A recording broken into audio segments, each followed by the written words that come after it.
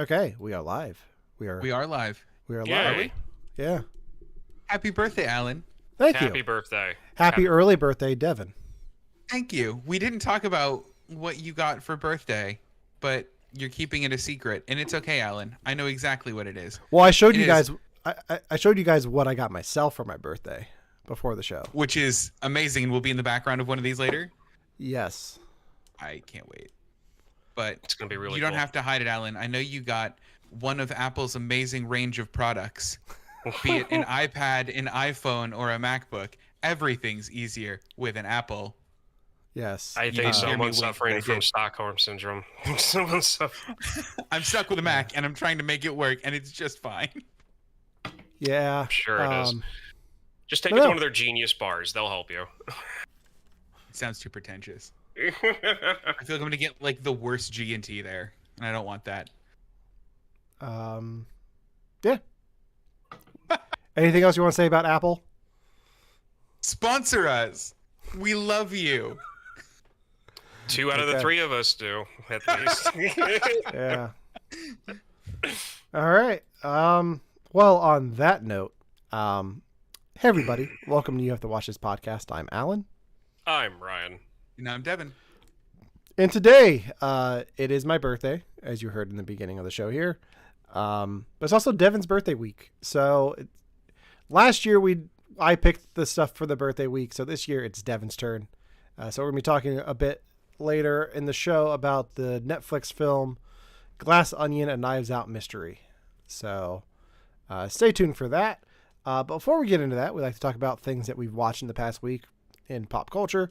Just to get the guys to watch some other stuff. I know we've got some exciting things to talk about, but first I want to talk about something I watched this morning live on Disney Plus, because that is an option now, I guess. Hold on, live? Yes, they live streamed this on Disney Plus this morning, so I was able to watch it there. And I'm talking, of course, about the Oscar nominations that were released this morning. Wow. Which, if you've been following our show for a while now, you'll remember that last year we did a live stream during the Oscars where we all missed Will Smith slapping Chris Rock. Yeah. Yeah, we did. So we might be doing a live stream again this year. But one thing that I know is different from last year already, before the Oscars even happen, is you guys have seen more Best Pictures now than you did last year. Best Picture nominees. So I want to just talk about them because we did one on the show last week, which was All Quiet on the Western Front. Oh, right. Mm-hmm. Avatar: The Way of Water. Which, have either of you seen that? Nope. No. All right. The Banshees of Inisherin. Which, Devin, I'm surprised you have not watched that yet. I'm going to watch it soon. If you don't make me watch it, it's Yeah. happening. Elvis, which I talked about last week on the show. We just did Everything Everywhere All at Once. Mm-hmm. The Fabelmans got directed, the Steven Spielberg biopic Right. by Steven Spielberg. So auto biopic. Oh, weird. Yes. Tar, which is the Kate Blanchett conductor movie. Mm. Top Gun Maverick got nominated for Best Picture, which you've both What? seen. Yeah. It And then deserves it. and Triangle of Sadness and Women Talking. Both of those there are only 4 on this list that I need to see. It's The Fabelmans, Tar, Triangle of Sadness, and Women Talking. So what do you guys think of those nominees for Best Picture? Of You the ones sent that them to you've me. seen. Yes. Well, you sent them to me earlier, and I thought about it because usually the list of nominees are these movies that I've never seen, have almost never heard of, much like Tar and like the last couple on that list that like I didn't even really know came out. And I feel like this year are some pretty popular movies on the list. So like, did they change their selection criteria, or are we all just getting better at watching movies? I think we're getting better at watching movies. I think Everything Everywhere All at Once was like the big movie of the year that blew up, that wasn't supposed to be as big as it was. Mm-hmm. So I think that's part of it. The other part of it is they designed the 10 nominees for the Best Picture for this reason, so they could get the Top Gun and the Avatars nominated for Best Picture. Okay.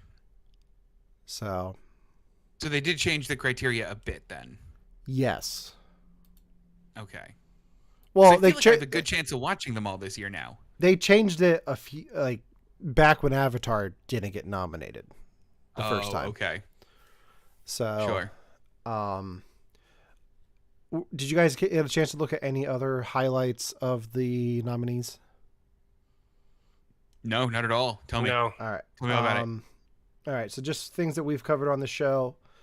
Michelle Yeoh got nominated for Best Actress. Good. Good. Ke Huy Quan got nominated for Best Supporting Actor from Everything Everywhere All at Once. Good. Brendan Fraser got nominated for The Whale. For Best Supporting or for Best Actor. That stuff we're going to talk about later. Jamie Lee Curtis and Stephanie Sue got nominated for Best Supporting Actress. Okay. So we have 2 nominees from Everything Everywhere. And then Best Director, the Daniels got nominated for Best Director. Didn't they get like 11 nods in total? Yes. Everything yes, Everywhere? Yeah. 11. Last week's pick, All Quiet on the Western Front got nominated for Best Adapted Screenplay. Our pick today, Glass Onion, got nominated for Best Adapted Screenplay. Oh, perfect. Along with Top Gun, Maverick. Yeah. All Quiet on the Western Front for Best Cinematography, Sound Design. Yeah. I can agree with a lot of that. Yeah, it's our bet this year is going to be interesting. So, okay, treat me like I'm dumb for like 2 seconds. Okay. I thought Best Adapted Screenplay meant that it started out as like a book and then they adapted it into a movie. We are going to talk about that later. I've got an article pulled up and everything. You know more about this than I do. Great. Yes. I know this question was going to come up, but we're going to save that conversation for when we talk about Glass Onion. All right, putting a pin in it. Got it. So wonderful. Yeah. So yeah, I'm looking forward to the Oscars. Yeah, moving on. That's all I've got. It'll be fun. So, that'll be fun. All right. Why is that not working? What is going on? There we go. Devon, you watched a thing on HBO. Guys, I used the crap out of HBO this week. You did. I'm like their sponsor, and Apple should be ours. So the thing I watched is something that I'm not. Just you wait. The thing that I watched is something that honestly I was not excited about. Every time I saw the poster, every time I saw a trailer, I got really angry about it. And then I watched it. So I'm talking about Last of Us, the 2023 is it? Yeah. Yeah, series. Yeah. Starring Pedro Pascal, Bella Ramsey, and Gabrielle Luna. This is based on a video game, and I hate video game adaptations. I hate them. And I love the Last of Us video games. So I was primed to absolutely hate this thing. And I loved it. I've only seen episode 1. I think the second episode came out, what was it, yesterday? In the US, it comes out Thursday in the UK for me. So okay. I don't have it yet. You all are in the future. I really enjoyed the first one more than I thought I would, to the point where I got somebody who's never played the video game before to watch it and went, yeah, that's really good. And I hate zombies. So I feel like that's high praise. So have you guys seen this? Have you heard of it? Any of it? Yeah, I watched the trailer. I'm semi interested in it. I never played the video games, but I was like, this looks interesting. So I had Kristen watch it with me. The trailer? Yeah, the trailer. And the first thing Kristen said was, "Oh, so the little girl's the savior again? Okay, not interested."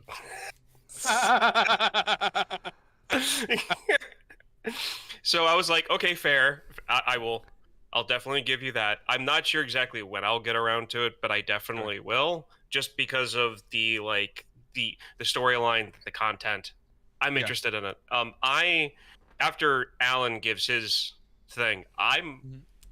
I actually want to know what gave you a strong disdain for video game media, We've but talked that can about be answered this. later. I'm pretty sure the answer is Super Mario Brothers the movie. It's part of it. It's very much part of it. Um, so I haven't played the video game either. What interests me about this show is the showrunner is the guy who made Chernobyl for HBO. Yeah. And that's what intrigues me the most about this, because I too am not a huge fan of video game adaptations or the zombie genre or zombie video games. Ask our friend of the show, Chad, about that. But I I want to know what Pedro Pascal did in a previous life to only be in things where he escorts a younger person or a smaller person to safety, because this is just the Mandalorian with zombies. Yeah, pretty much. Yeah. If Grogu was a bit more like wisecracking, then absolutely. I mean, he's force choking, so I mean, Basically same thing. Fair, Yeah. fair. in the chat, Oh yeah. in the chat, Peak, friend of the show, Peak is saying Peak. we should play the video game. It is fantastic. I have it. I just haven't played it. You haven't played. Alan, get off of the podcast now and go play it. No. You will feel things you haven't felt in years. I'm good. I'll get to it. It's one of those things I'll get to eventually. I just haven't gotten there yet. So I get it. Oh boy, I wonder where the season's gonna go, because if it ends the way the video game ends, it is gonna be one of my favorite endings of anything, because I love the way the video game ends. It is such a weird and like impactful note to end it on, and it's just a single word. Oh, I love it. I love it. okay. I not happening, but okay. Just you wait, Ryan. Just you wait, boy. I'm sorry, but this real quick, this gets into one of the issues I have when people complain that like a movie based off of a different piece of media didn't end the way that they were mad that the movie didn't end the way the original piece ended.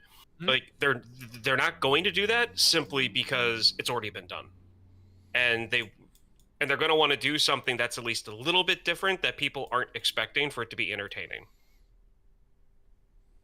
It's a really, really interesting point. And I want to put a pin in that, because I don't think that endings should be immutable. I don't think that endings should be movable like that. I think that whenever there's an alternate ending in a movie, it tells me that either the studio stepped in and ruined what the ending was, or the director didn't know how he wanted to end his own thing. Because I think that if you write a story with the beginning, the middle, and the end, an ending needs to tie in the themes of what has happened before it in such a poignant way that it makes sense. And I feel like to change the ending of what The Last of Us is to change everything that's happened up until that point and what it meant to the characters. But you haven't seen anything past the first episode yet, right? But he's played the game. But he's played the game. I played the game, No. but yeah. And my line of thinking is that if an ending's already been done one way for a different piece of media like a movie adaptation, it should change a little bit. Simply because you don't want people who have seen the game going out there going, "Oh, I know what it is," and then telling all their friends, and then spoiling what the director did. Okay, I'll put it this way: if the ending retains the same character arc for the main characters, even if it's executed differently, if the character arc remains the same, on board. And that's the challenge that directors and producers should be doing for video game and book media translated to film. That should be the goal. You hear that, Apple? Hire him. I'm not using any of their products. I don't know what I did tonight to want Apple so much, but I don't know. All right, moving on to Ryan. You watched a film on Netflix. Yeah, yes, I did. The Titan that came out in 2018 and stars our favorite sci-fi one-time actor who was in Avatar. I don't remember his name. Sam Worthington. Thank you. A military family takes part in a groundbreaking experiment of genetic evolution and space exploration. Great movie, crappy ending.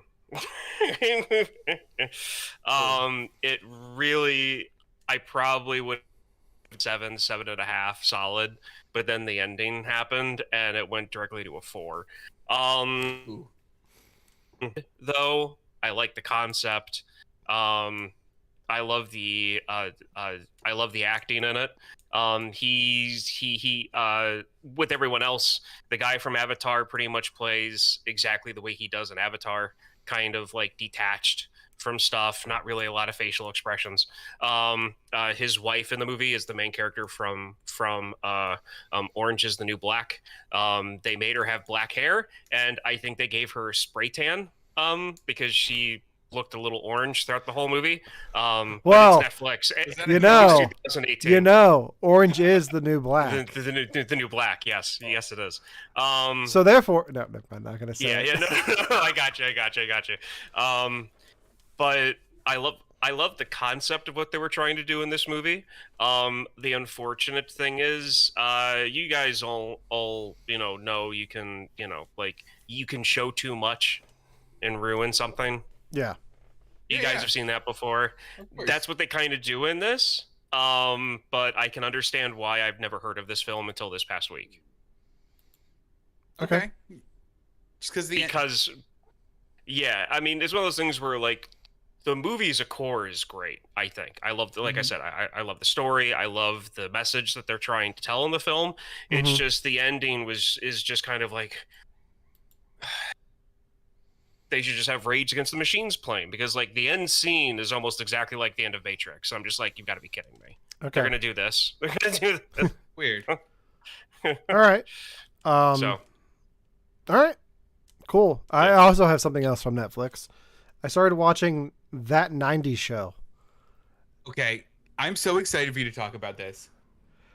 I haven't finished it, but I've seen the first 5 episodes. So I've seen about half of it. It's okay. Like, I'm enjoying it. It's a fun nostalgia trip to like see these characters age 20 years. Red and Kitty though steal the show. Like, they're fantastic. The new kids that they have hanging out down the street. It's the same old thing that they did 20 years ago. It's fun. There's a lot of cameos, and one cameo that will never happen on the show, thankfully, which they don't address at all, which is all for the better. Hyde is not ever. Why won't Hyde be on the show? Is he awful? You just say if he's awful. Yes. Okay, I didn't know that. Yeah. Gross. Okay. Yeah. He's hanging out with the voice, former voice of Rick and Morty. Ooh, hate it. Oh, hate it. But okay. Yeah, it's a lot of fun. Yeah, I enjoyed it. If you like That 70s Show, it's a fun visit, and you won't be disappointed by. If you go in looking for like the old cast, you won't be disappointed by the first few episodes. I think that's exactly what it needs to be, right? Because I mean, I don't think anyone expects That 90s Show to change the world. Like, it's not going to reinvent how we watch television. It needs to be a nostalgia trip with something else in there. Yeah. And it feels squarely aimed at us with the nostalgia for That 70s Show and for the 90s. The 90s. Yeah. Ryan, did you watch That 70s Show? Only when I was forced to. Did you not like it? Under the circumstances of how I watched it, no. Oh, okay, fair. I get that. Okay. All right, and then Devon, you have one last thing. One last thing. Again, using that HBO Max subscription. I watched White Lotus, which is a 2-season American Horror Story-esque in such that the seasons don't really connect. There really isn't much between the two of them except for one thing. Between the two seasons. I know what that one thing is. Do you? Yeah. The one thing is phenomenal. It stars Jennifer Coolidge, John Grease, F. Murray Abraham. This series is wonderful. I didn't know what to think of it when going into season 1. Did you look up F. Murray Abraham, Ryan? No, I just looked up the poster, and I was going to make a joke asking if the name of the show is based off the scooter that the woman's driving, and then I zoomed in. I'm like, oh, it's Stifler's mom. It is. It is Stifler, and she makes this show, guys. She's so good. She's so good. But basically, the premise of both seasons, even though they're different, is that someone's dead. And then you transport yourself back a week earlier to find out how it got to that point.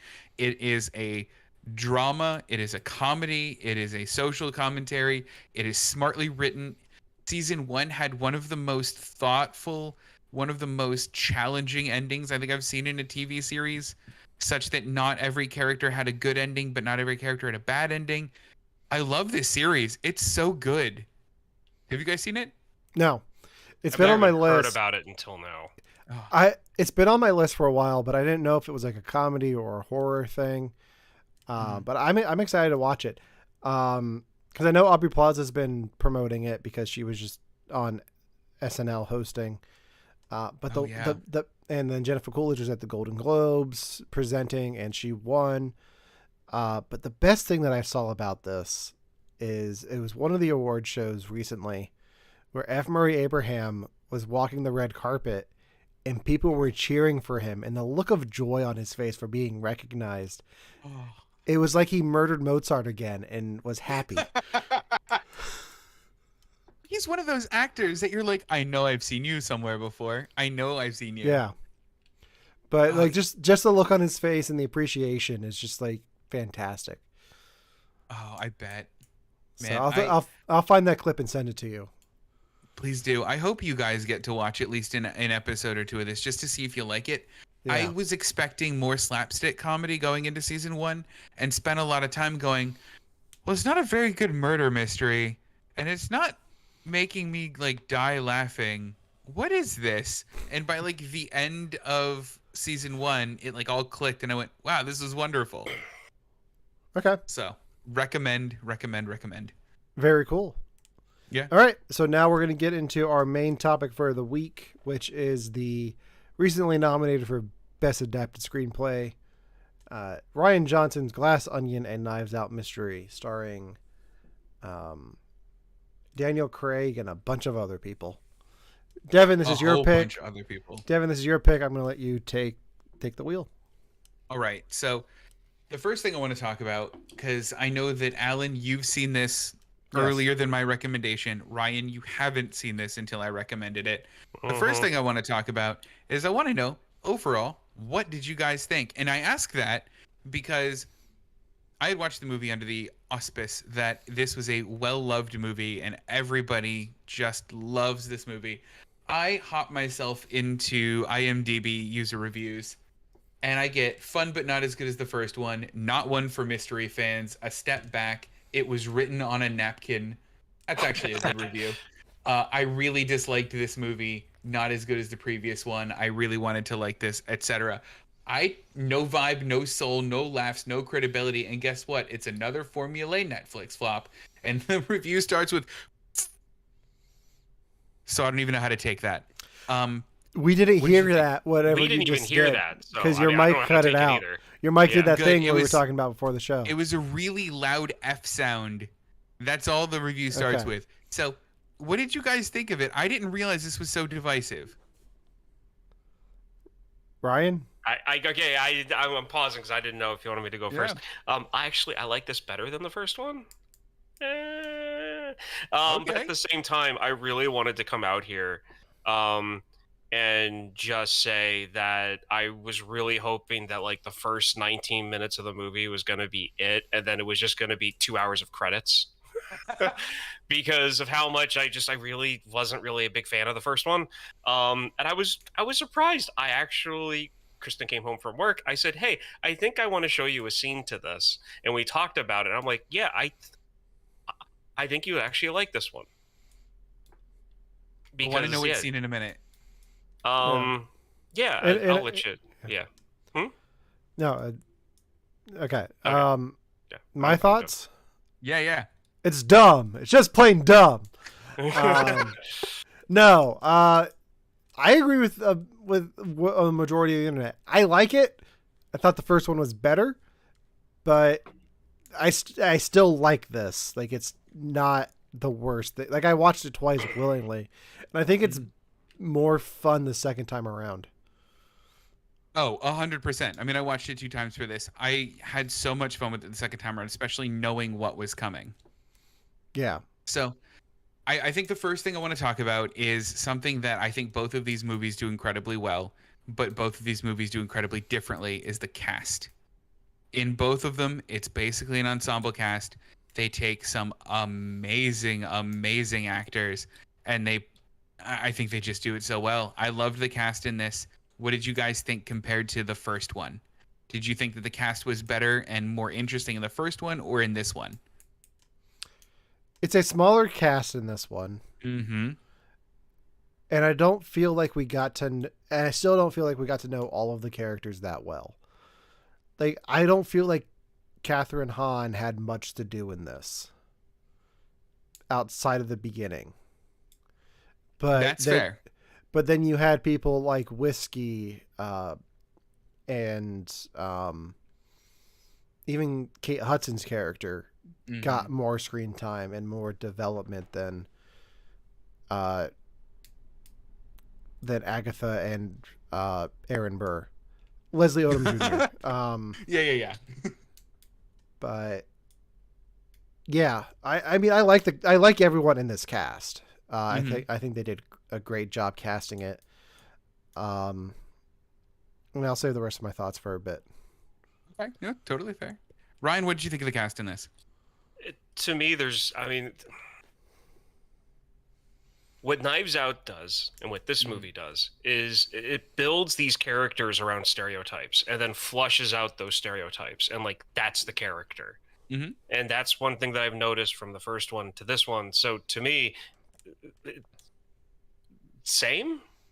Like, my feelings about the cast and the characters is the same to both movies because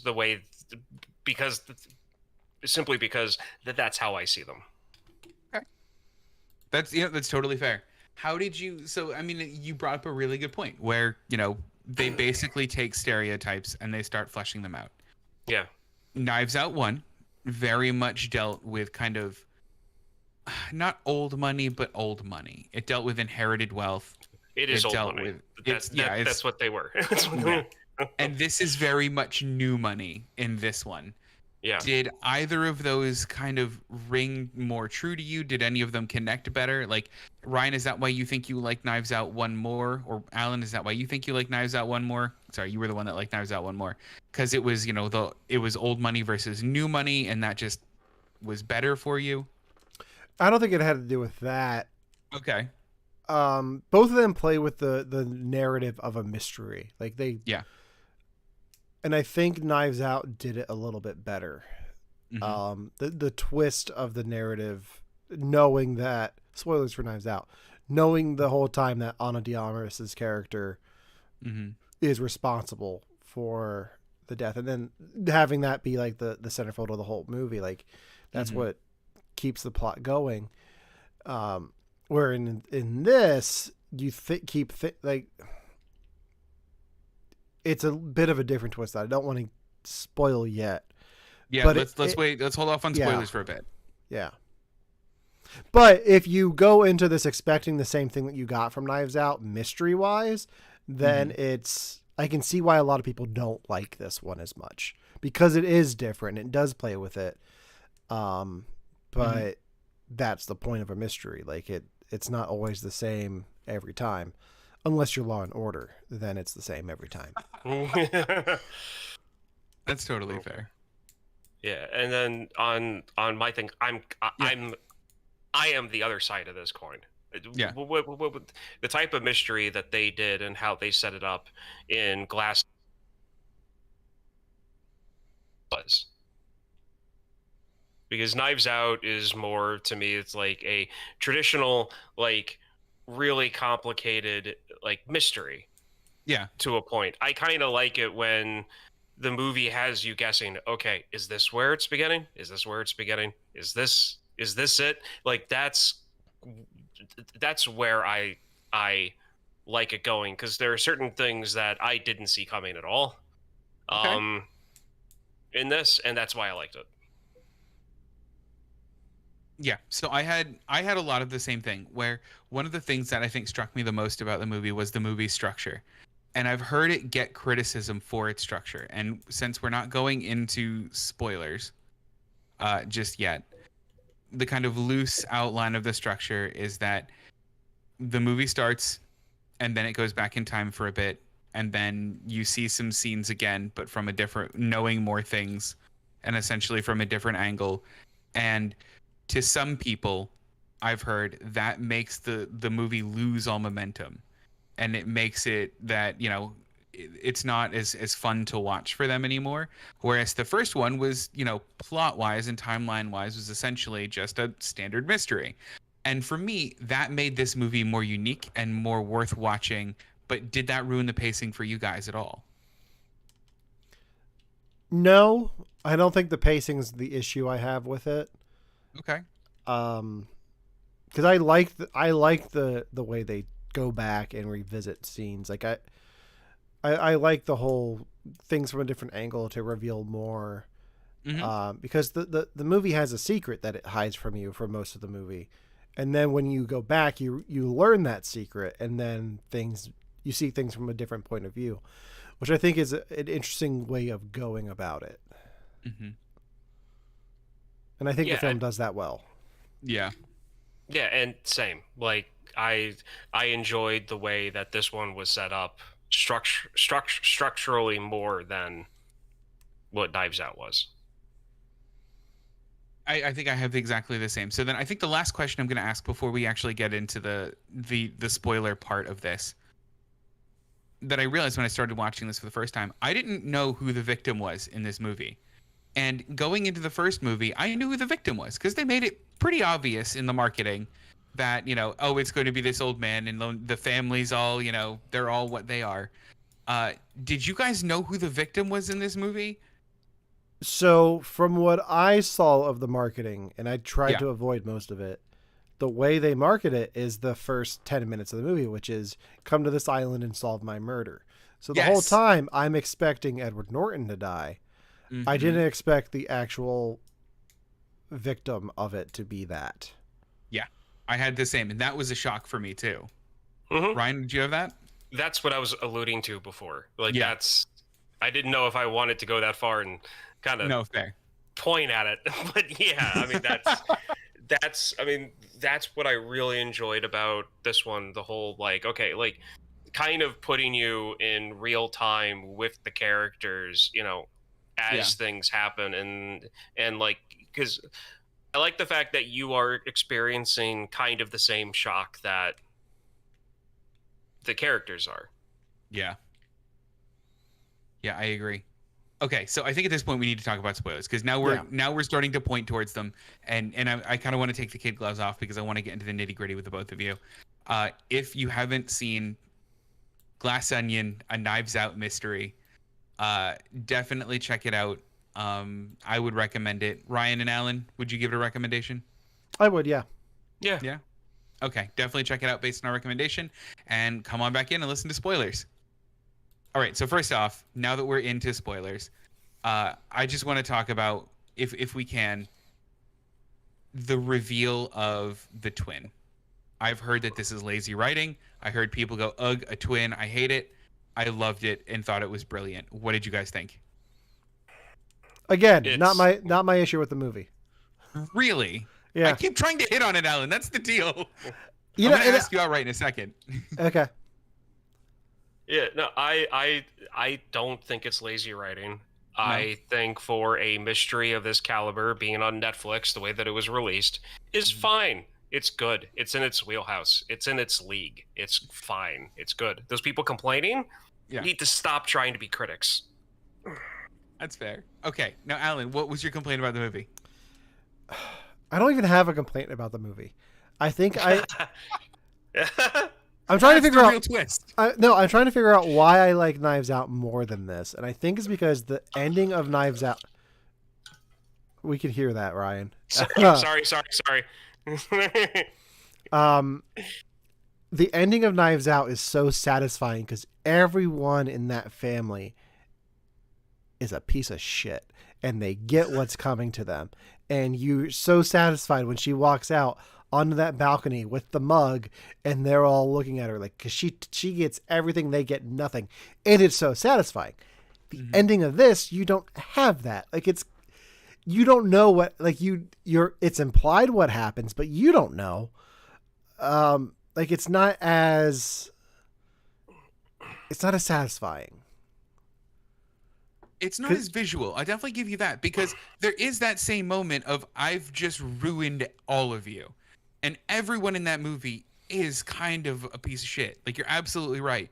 And in the end, because of when she throws that like fuel and lights it all on fire, that's a clear indication that, you know, the scientist, all of his research is gone. The people who've based their entire political career, or Catherine Hahn, her career is gone based on all of this. Like she's single-handedly ruined every one of these people. But you're right. It all kind of happens off screen. But it's not concrete that she does. Like they can still bounce back. If they like testify against him, they can probably save a little bit of their careers without him. Like it's not that's like I don't trust that all of them get their comeuppance from this like everyone does at the end of Knives Out. And to answer the question in chat, do I miss Chris Evans? No. Do I miss his sweater? Yes. His sweater's amazing. Yeah. Yeah. Okay. So then, Ryan, did you have a problem with the movie? And if so, what was your problem? Foghorn Leghorn? Like the last one? Tell me all about it. I'm sorry, but Daniel Craig's southern accent in this bothers the hell out of me, just like it did the first one. It is, as far as I'm still concerned, it is the worst southern accent I've ever heard anyone fake, ever. Well, it's supposed to be over the top, right? Like, I don't care. I hate it. Like, this is one of those reasons why the only reason why I watch these movies is because we're doing this podcast. It's because, like, I cannot stand his southern accent. Like, you take that southern accent away and you make him do another different American accent, or actually cast someone who has that accent to play the character. Yeah. And I'm not the biggest fan. I mean, except for the Hulk movie that he was in, I'm not really the biggest fan of Edward Norton. Can we talk about Edward Norton in this? Yes, gasp, Ryan. Which I do have to say, I'm not the biggest fan of his when it comes to anything else he's really done. But if he's going to be in a movie that I have to watch, I'm happy he played the character that he did. Yeah. So it's so weird that this movie isn't based on a certain, you know, we're already mad. We're already making Apple mad. Let's make somebody else mad. I can't believe this isn't based on Elon Musk. But it has to be, right? No, because he wrote it in 2020, and like all the stuff we know about Elon Musk now, we didn't know then. So it's like it fits too well now. Like it's like this. It's like Ryan Johnson worked for The Simpsons and he predicted the future when he wrote the script.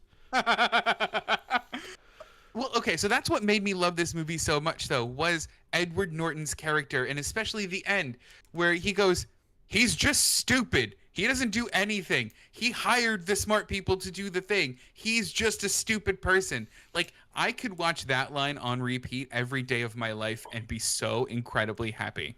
Well, I mean, that is what almost every billionaire that has ever existed, almost every multi-millionaire titan of industry has ever existed. This is what they do. They buy into young companies and they hope for a payoff. This is what happens. And then once those, companies become big, the person who bought the company to begin with, their name gets attached to said company. And then everyone who has a normal life, like all of us, who doesn't have the time to research this stuff, goes, oh, okay, they must have started it. Because that's just your line of thinking. That's the logic. That makes sense. So, I mean, to me, like, I was seeing him as Elon Musk. I was seeing him as Jeff Bezos, even though I know that there's a little bit difference there. Like, he actually started Amazon, I believe. Yeah. Yeah, but I can yeah. also be falling into that trap again. Mhm. And the list goes on. So I mean, I yeah. think when you're talking about a billionaire who is dealing with space travel and like robotics, like I think it's more. It gets But so specific. yeah, It- uh, Yeah, and, no, I know. Yeah. and the fact that they had to come out and say like, no, this isn't based on this person. It just happens to like. It's bad that it's so spot on. It is. It is. And here's another thing that I loved about this movie, and this is along the exact same vein, is it's that exact conversation that Edward Norton has with Daniel Craig when he goes, every single person in this room is a disruptor. Do you know what? I'm going to tell you something, and I'm going to be honest with you. It's going to change your life. You're going to walk out of this conversation much different than when you started. And then he spends the next 5 minutes saying nothing. I've had those conversations with people. Sorry, I know my mic keeps topping out. I've had those conversations with people that are like, what I'm going to say, man, it's going to change your life, right? We're all disruptors in this room. Every single one of us and all of our, and then they say nothing. And essentially what it boils down to is we all have money. And I connected with that message so much. And like the reveal that every single person that's there isn't necessarily a disruptor. They're all financially dependent on Edward Norton's character. Oh, it's just so perfect. Like, this is what really got me about the movie and what makes me like it more than I like Knives Out 1. Because that person, like, those people I've met, and those people I can't stand. And I think I haven't met very old money rich families. And I think I've just related more to seeing these people. So in translation, Devon lived in LA for 2 years, so he's lived this. Still haven't closed. Yeah. Yeah. Larry, See, are we still the on thing the is, 3? I knew someone like that in college, but he Did you? didn't have money. But he did trap me at the lunch table in the cafeteria for 20 minutes, talking to me about something that had to do with like life's purchase and spirituality, and literally just said nothing for 20 minutes. Yeah. While I sat there waiting for the rest of my group to come back from getting lunch. And then I think I punched one of my friends for making me sit there. At least yeah, it had a happy ending. somewhat of a happy ending. But yeah.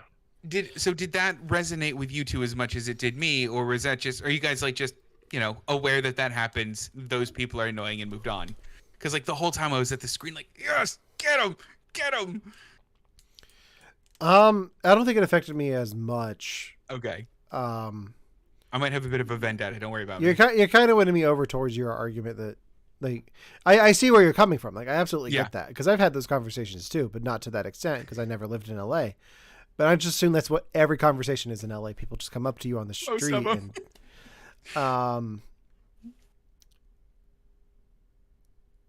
yeah, yeah. I just connected to it because I dealt with someone in my life for 20 minutes that had that same energy, and I just wanted him to burn because of it, because it reminded me of it. Sunburn. Sunburn. We're talking sunburn also- here. Good sun poisoning sunburn. Sun poisoning. So hold on. What scene did you almost show your wife? I want to hear about this because I like exceptional Okay. scenes like this. Okay, so there's 5 seconds. And they cut Wow. to where they're doing the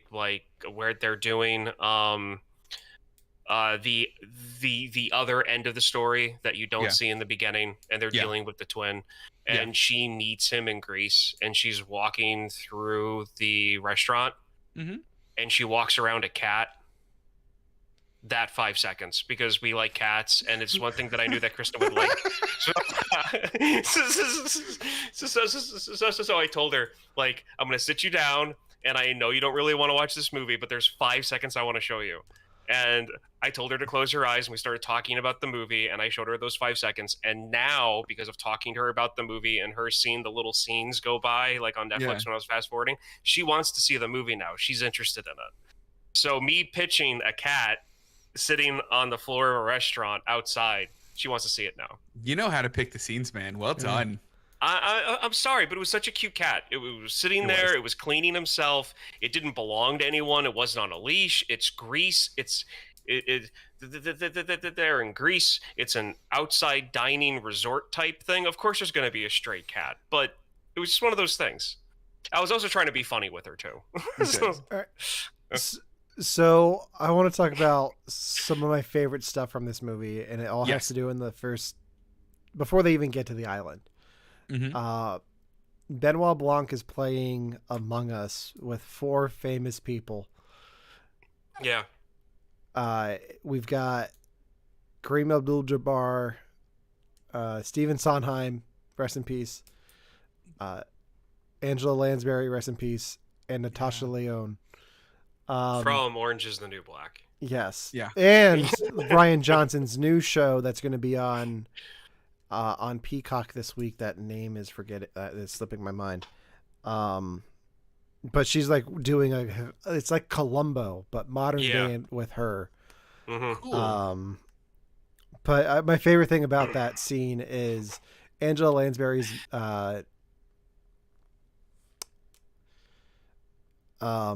what's the name of the game? I just said it. Among Us. Among Us. Her character name is Murder She Solved. I didn't know that. I didn't catch that. And we also get Love to meet Benoit Blanc's partner, played by Hugh Grant, which I thought was a fun bit, because now Hugh Grant's going around being like, I'm married to James Bond. Like, Oh, he's a treasure. yeah. So, quick question: what did you all think about the actual murder then? When you found out that the murder was basically twofold in this one, that it was the one twin, and then it was also Dave Bautista. I was kind of surprised by the Dave Bautista thing. Yeah. The second time, it's so obvious, but I was surprised by that because, like I said, I was really expecting it to be like Clue, where Edward Norton dies and like he sets the whole thing up for them to solve who killed him. So, yeah, I didn't see that coming. I enjoyed it though, because again, it was out of left field as far as I was concerned for what this movie was going to be. But I do have to tell you, remember I told you that like Kristen and I was talking about this as I was getting to that scene where she walks around the cat. Yeah. Kristen has a habit of these things of like asking me questions that like you don't want someone to ask you, and she wanted, and she's like, just yes or no, just tell me yes or no. And she was trying to guess who was the one that actually died. Oh no. And her first guess was Batista. And she saw the look on my face and she was like, it's him, isn't it? And I'm like, why do you have to ask me these things? And then I asked her, what gave it away that, it's like after watching the trailer, and then because it's like I told her to close her eyes, to fast forward. And she said, because he's the most masculine. Because he's the most masculine one, that it would make sense that he'd be the one that nobody would expect to be like popped off. And at the same time, I was thinking about it, like, and his character was the most like one-dimensional out of all of them at the same time. I had a thought and I lost it. Oh no! I was saying, but his mom was phenomenal. His mom is on. His mom is on Reboot, the Hulu series I told you guys about. Oh, about fun! Yeah, they do a thing where they bring in all the writers from the old version of the sitcom, and she's one of them. So it's like the old generation of writers versus the young generation, and there's a great back and forth between all of them. No, what I was gonna say is when I watched this when it came out, my wife had never seen Knives Out, so we watched that, and like during that, she's like, she didn't really kill him, did she? And like she's able to figure this stuff out early on, and so she knows when we're watching something like this together for the first time to just stay quiet, to like not say anything because it will ruin it for me if she's like, oh, they did it and this is how, like if she Benoit Blanc'd it, like it would make me upset. But she didn't do that for this one. Like after the fact, she's like, oh yeah, she saw him give him the drink with the pineapple juice in it. Oh, did you really? The first time we watched it. Yeah, because Wow, we good for rewatched it. I was like, oh, they do show it. She's like, yeah, I saw that the first time. So That's awesome. Wow, good for her. I missed it. They had to show me in the movie that happened. Okay, so the last thing I'll have to mention then is that in these movies, I always love that moment where the detective figures it all out and he stands there and he's like, it's this because this and this and this and this and this. And he like strings it all together and you have that aha moment. I have that in this movie. I have the same thing in heist movies where at the end you're like, oh, this was their plan the whole time. Like that reveal is so satisfying to me.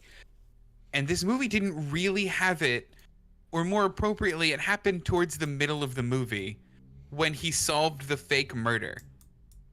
And like, I didn't expect it that early. I didn't expect it to not happen again.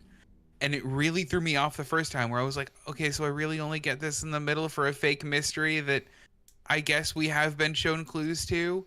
But then I came to love it. And watching it the second time, I went, yes, I love that it was set up this way because this is what you're expecting in a murder mystery, and they didn't give it to you. Did you guys have the same reaction to that? I mean, I was thrown off by them solving the murder that I thought was going to happen so quickly. Yeah. But I knew it was like, okay, so somebody still has to die. Like I thought it was going to be Edward Norton, so I think it just threw me for a loop that it was not what I expected, murder-wise. Okay. Yeah. I mean, I like the ending of this movie a lot more than most like mystery things because Devon, like you said, you're expecting him to do like to run through all the clues and like push in it doesn't feel natural when a movie ends that way. Especially a murder mystery. Natural. It's never natural. And I'm just like, okay, go through the beat. I'm here for the speech. Okay, whatever. And I honestly like the way that this ended, with the way that it felt more natural of an ending. Sure. For the actual murder mystery that happens on the island, the ending fit because you're shown all of the background clues. You're shown how he knows everything before he gets to the island. They show you all of that. Because like the first half of the movie is Daniel Craig's movie, and then the second half of the movie is not Daniel Craig's movie. And I honestly like that split. Because it's less foghorn, less foghorn leghorn. It's less, no, I can't. I'm like, he's making more. He's making more. I know he is, and I can only assume that I'm going to be seeing all of them because Devon's going to have me watch them all. I will gobble them up, guys. Did you like the metaphor of the glass onion? Did you like what that stood for? I saw like Shrek, the song a lot more. So. I like the song a lot. Would you say, Alan? I said I saw Shrek, so I get like onions layers. Get it? Yeah. Also, Ryan, no, I don't like the song at all. You don't like the Beatles song Glass Onion? Not even a little bit. The whole song just points out other songs they've written, and I get it. I get the point, but I don't like it. So do you like any other type of music where the artist points out?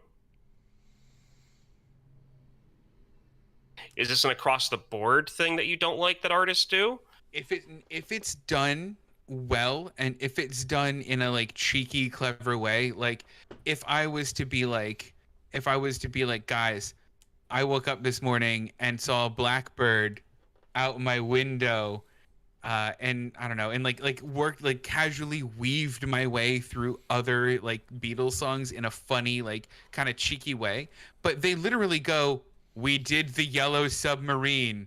You've listened to Strawberry Fields Forever." I'd other titles. I'd rather them list off Yellow Submarine in another song than listen to Yellow Submarine.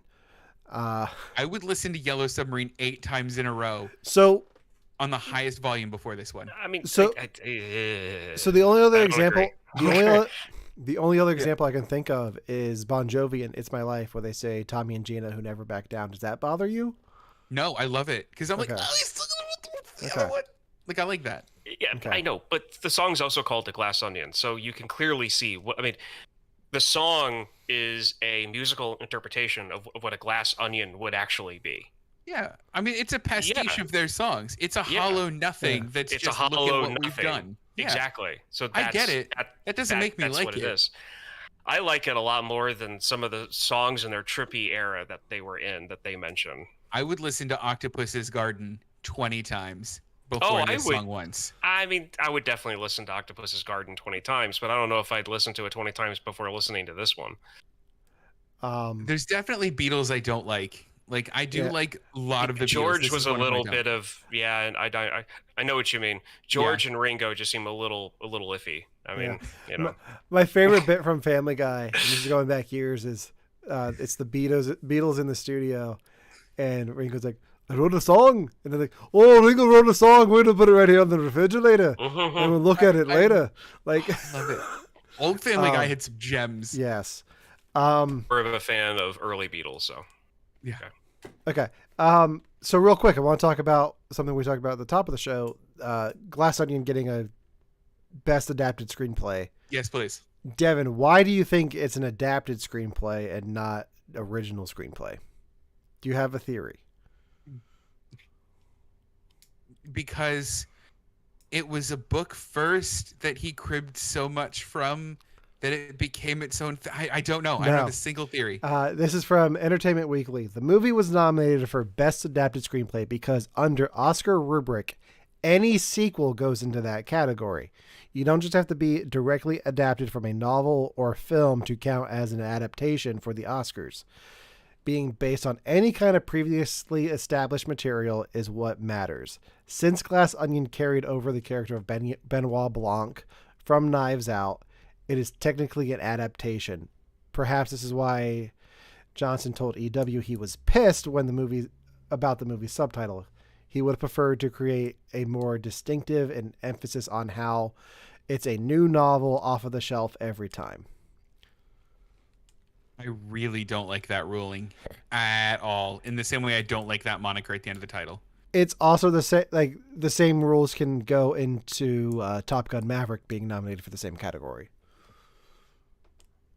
Yeah, okay, that makes sense. Because I didn't think Top Gun Maverick was a book. Because I didn't think Top Gun... No. I could see Top Gun having been a book. Like a Tom Clancy-esque person was like, I wrote a book about planes. And then they made it a good movie. That's too actiony and straightforward to be Tom Clancy. That's fair. That's fair. My theory is Top Gun Maverick's adapted from the last act of Star Wars. Fair. That's fair. Anything else on Glass Onion before we wrap this up? No, I loved it. Ryan, anything? I still don't know how to feel about Daniel Craig in general. I like him. Okay. I do. He was James Bond. I'll give him credit for it. It's just, whenever I see Daniel Craig, the first thing that comes to mind is all of these TikToks and Instagram reels I've seen of him dancing to different music. Do you know what that's from? I have no idea what that's from. It's a vodka commercial. It's from a vodka commercial? Yeah, it's like an alcohol commercial. Yeah. Okay. Yeah, because I mean, like that. I mean, like he's a talented actor. He has shown that he's a talented actor. I am not discrediting that at all. It's just there are actors, and the majority of actors, like you see that they're in something, and even though they don't really get typecast, they've got a range of like different genres and characters they play. So like you can kind of get a feel for what the tone of a film's going to be or what kind of a character they're going to be playing when you see that they're in something. For him, because of that like dancing alcoholic video, I guess, for the commercial that he does, and because he's done movies like this, and he's done movies like James Bond, and he's done one-time voice appearances in Star Wars as a stormtrooper, I don't know exactly what I'm going to get from him when it comes to movies that I don't know anything about. Sure. And it's not that it gives me anxiety on it. It's just he's like a Jack in the Box. You spin it and you don't know exactly when it's going to pop out or what you're going to get. Yeah. All right. Okay. I mean, that's fair, man. All right. Yeah, I know. Okay. I think that does it for our review of Glass Onion. We're going to keep the Oscar talk going next week, guys. I told you guys what my pick was going to be last week. I don't think I said it on the air, but I've changed it since then. So the film that I'm making you guys watch next week was nominated for 8 Oscars today, including Best Actor and Best Picture. So next week, it's funny that you guys are talking about the Beatles, but because next week we're going to be talking all about Elvis. Cool. Okay. So Baz Luhrmann's Elvis, starring Austin Butler and Tom Hanks, who was also nominated for Razzies for this film. So it's going to be an interesting conversation. So tune in here next week for that. In other news, stay tuned to our social media pages for a special announcement coming this weekend that I will be sharing on our social pages. So follow us on Instagram and Facebook to find out about that. You can listen to You Have to Watch This podcast on all major podcasting platforms. You can also watch us live every Tuesday on Facebook Live, YouTube, and Twitch. All the links are in our bio on our Instagram page. You can visit rumrunnerspodcastnetwork.com to check out our show and all the other wonderful Rum Runners Podcast Network podcasts. Until next time, but Devon, happy early birthday. Your birthday is on Thursday. Current birthday. Thank you. Ryan, thank you for being here. You're welcome.